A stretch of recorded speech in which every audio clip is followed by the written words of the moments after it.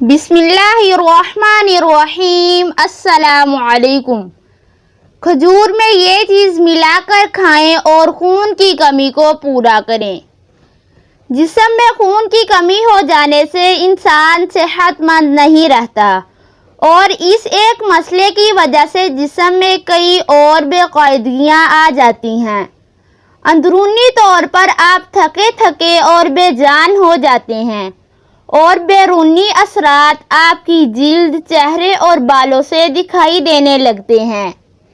خون کی کمی، جس کو اینیمیا بھی کہا جاتا ہے، ایک سنگین بیماری ہے جس میں خون کے سرخ خلیات میں ہیموگلوبن نامی عنصر بننا کم ہو جاتا ہے، جو کہ جسم کے مختلف حصوں میں آکسیجن کی فراہمی کا کام بھی کرتا ہے۔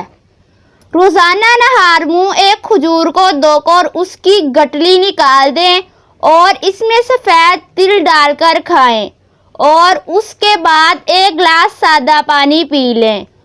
اس ٹب سے نہ صرف آپ کے جسم میں خون کی کمی پوری ہوگی بلکہ ساتھ ہی آپ کے پیٹ کے دیگر مسائل میں بھی مفید ہے۔